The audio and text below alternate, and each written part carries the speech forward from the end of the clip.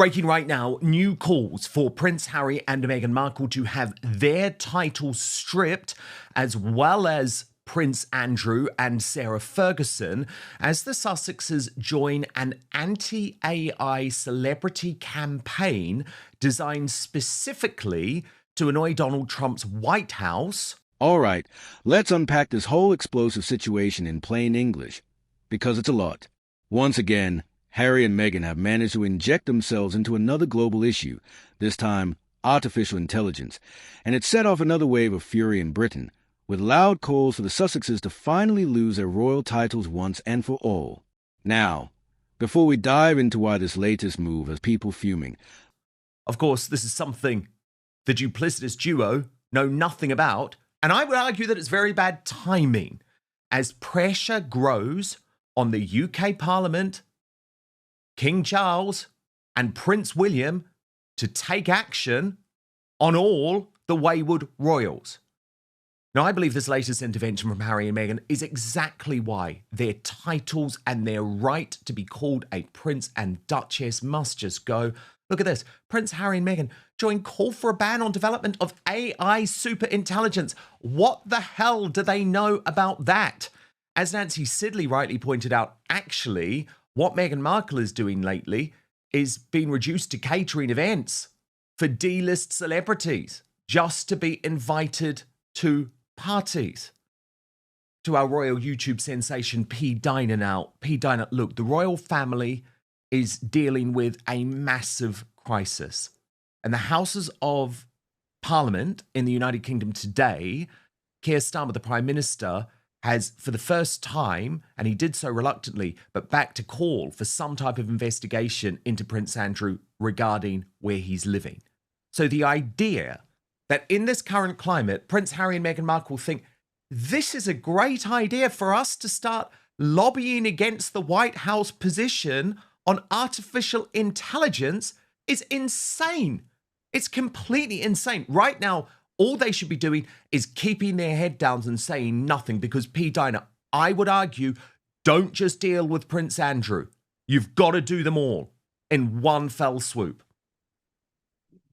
Yeah, absolutely. I just think everything that Harry and Meghan try to do is they put their hands in so many different things. Meghan can't even decide on, what brand she has. She is so indecisive and so unclear about things in her own life. They should definitely keep their hands out of this, all the things that are going on now with Prince Andrew.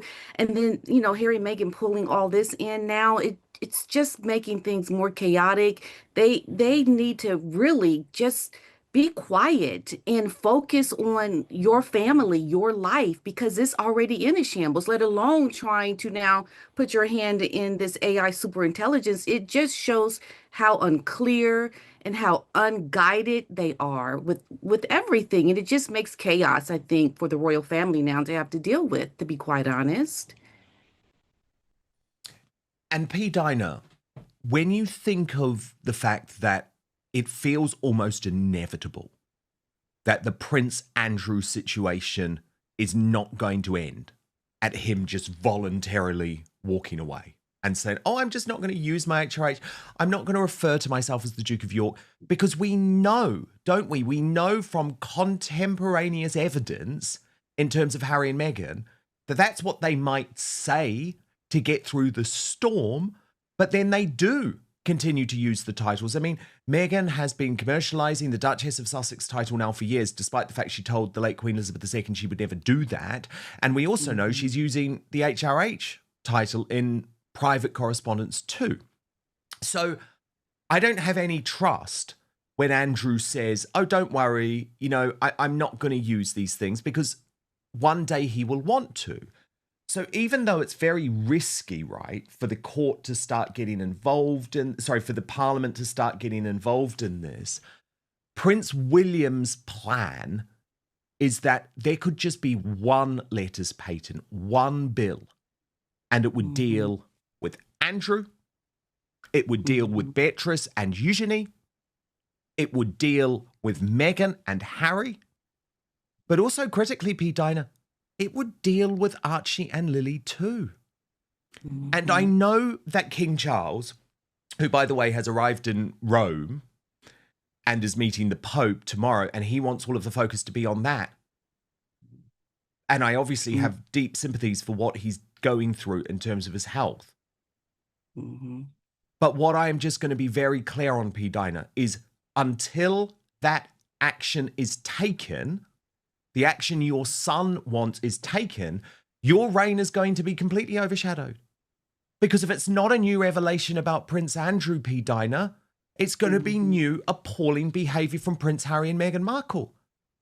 And then what happens when Archie and Lily, who've never stepped foot as anything other than babies, start turning up on social media and making comments? They can't be in the line of succession. They can't be prince and princess at that point. So I just think William has got this right. And I think Charles is being very naive in terms of his handling of this. And I say that as someone who has sympathies for what he's going through. Let's start with a bigger picture. King Charles and Prince William are reportedly under increasing pressure to deal with all the wayward royals, meaning not just Harry and Meghan, but also Prince Andrew and Sarah Ferguson. You could say the monarchy's reputation is hanging by a thread right now, and instead of helping calm the storm, Harry and Meghan have decided to jump headfirst into an American political minefield. If William gets his way, we could eventually see one sweeping act, a single bill that strips all the problematic royals of their titles, from Andrew to Meghan.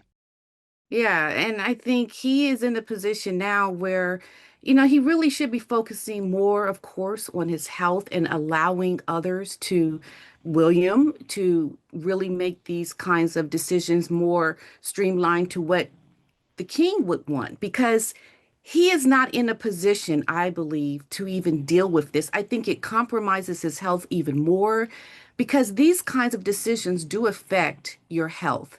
And you want to protect the future of the monarchy, and having such indecisive decisions and not really being in a position physically to make the hard decision just compromises the institution. And I just don't understand why you don't make that the priority when that is what your job is to do as the king. The country, the monarchy, the crown is going to be destabilized, I believe, by all these indecisive things that look like you've made a choice, but they're not really concrete choices that are, very aligned with what needs to happen. It's comical. It's not even real. Like what, he's just now Prince Andrew instead. It it to me it compromises everything and it makes it a joke. And I just want William to really make the decisions that he needs to make. And I also think that part of the reason that the king is so indecisive is because he doesn't want to look like the bad guy when it does come to Harry and Meghan because of all the race things. I do think race plays an issue in it with Meghan Yes. because they don't want to look like they're taking something away from this black girl. Because trust me, in America, they will make it about race, even though we know it's not. They have to be very careful. So I think aligning the decisions around the crown, or the titles, with what happens to Eugenie, Beatrice, and Andrew Fergie, like make it a big pool of people that are going to have the same things happen to them. Exactly. Because You then it's know? not just about your brother, and it's also not just about your black daughter-in-law or your mixed race daughter-in-law. Right. And the thing is, P. Dinah, look, I do completely hear what you're saying, and I do understand what you mean, and I'm sure the woke mob would absolutely weaponize it. In saying that, I would argue that's really hard to do with King Charles. I mean, he literally walked this woman down the aisle. Do you know what I mean? When she decided but to leave her own father in Mexico. But they would still, yeah, because for them, they only see race. True. Even if you point out things around, well, he walked her down the aisle, and, they would say, well, he had to, or he did that to save face or whatever. They will come up with something, right? They will definitely make it about race. I mean, I don't think that, They will. And this is where, though, I think there needs to be a sense of ruthlessness. And what's a yes. little bit frustrating for me is that William is prepared to be ruthless, right? And he will be ruthless when he's king. So Charles, at this point, could play a bit of a strategic game here and sort of say, look, I'm focusing on my cancer treatment.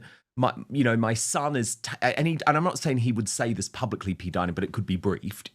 My Mhm. son is taking the lead because, of course, he's working on this project about what the future of the monarchy is going to look like. I Mhm. endorse what he's doing, but of course, I continue to love my son and my Mhm. brother.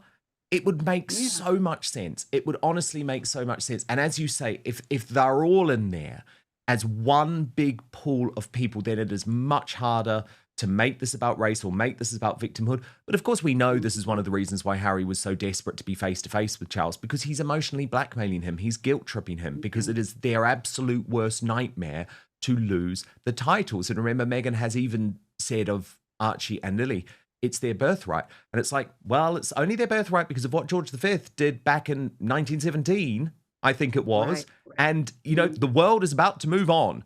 And the fact that you think that you can raise your children in Montecito to be little Americans who don't even return to the United Kingdom because you think we're such an Right. unsafe hellhole, it's delusional. Of course they It shouldn't is. have titles. It would be a brutal but necessary reset. Until then, though, expect the headlines to keep coming. Because if there's one thing Harry and Meghan know how to do, it's stay in the spotlight, even when the entire royal family wishes they finally fade out of it. In short, the monarchy is cracking under the weight of indecision. Harry and Meghan are doubling down on their global relevance campaign. They should not have titles. I mean, make the hard decisions. That's what you are there to do. I mean, I don't understand how you can be in such a high position and waver on like making the decisions that you're in the position to do. Like that's what you need to do. Megan, I'm telling you, this woman needs to be put in her place. And the fact that you now have this whole issue with Andrew, hey, it's kind of a blessing. Hey, let's all of them, let's make some decisions right now. This is the time to do it. I 100%. mean, what happens if you wait? 100%. Use this as an opportunity because trust me, P. Dunning, I'm here in London and I'm very tapped into what's going on at the moment. And the Mhm. drumbeat coming from Westminster and even coming from Buckingham Palace, P. Diner, is that Mhm. it's just going to be impossible for Charles to not take further action against Andrew. And so Yeah. do it all now. Do it all now. And look, Yeah. partly because Harry and Meghan are going to keep on embarrassing you and they're going to keep on embarrassing the country. And Pete, Dino, I've got to come to this artificial intelligence thing, right? Because they know what they're doing. They know what they're Yeah. doing. The background to this is that it's something that Trump doesn't really want to happen. He's with the tech giants. And so Harry and Meghan, and this is from the AP, so let me just take you through it because it's a little bit complicated, but Prince Harry and Meghan have joined prominent computer scientists, economists, artists, evangelical Christian leaders, and American conservative commentators Steve Bannon and Glenn Beck to call for a ban on AI superintelligence that threatens humanity. The letter released Wednesday by a politically and geographically diverse group of public figures is squarely aimed at tech giants like Google, OpenAI, and Meta platforms that are racing each other to build a form of artificial intelligence designed to surpass humans at many tasks. The letter calls for a ban unless some conditions are met. So, this is a 30-word statement. We call for a prohibition on the development of superintelligence not lifted before there is broad scientific consensus that it will be done safely and controllably and strong public buy-in. In a preamble, the letter notes that AI tools may bring health and prosperity, but alongside those tools, many leading AI companies have the stated goal of building superintelligence in the coming decade that can outperform all humans. Now, Harry, though, P. Diner, wasn't just happy to leave it at that and sign his name. He added a personal note. Now, remember, Harry's the dunce, right? Harry shouldn't have passed any of Mhm. his school exams if he hadn't had favorable treatment at Eton, okay? But he's Mhm. decided to weigh in and say, the future of AI should serve humanity, not replace it. I believe the true test of progress will be not how fast we move, but how wisely we steer. There is no second chance. Now, the hilarious thing about this P. Diner is he signed this alongside people like AI pioneers Joshua Bendigo and Jeremy Hinton, co-winners of the Turing Award, which was the top prize for computer science. Hinton, who won a Nobel Prize last year. People who really know about these types of things. Apple co-founder Steve Wozniak, British billionaire Richard Branson. And my point, P. Diner, is butt out. You know nothing about this. This is all about your own war against the social media companies, which is all just designed to shut down people, P. Diner, like you and me. They just don't want us to comment on them, right? They do not want us to criticize them. And we've seen how much lawfare they're going to try and use in terms of silencing the British press. The way to silence people like us is to target big tech. So I don't believe for a single moment that Harry and Meghan know a thing about AI superintelligence. This is just a way to bash the big tech companies to try and achieve their censorship goal. But also, it's not the role for people who hold royal titles, for goodness sake. And King Charles risks being remembered not as a reformer, but as a monarch who let chaos reign while trying not to hurt anyone's feelings. And that's the tragedy of it all, because behind the pomp and titles, this is really a story about two families at war with each other, one obsessed with legacy, the other with attention. And as long as neither side takes decisive action, the circus will roll on, headline after headline, until the crown itself starts to lose its shine.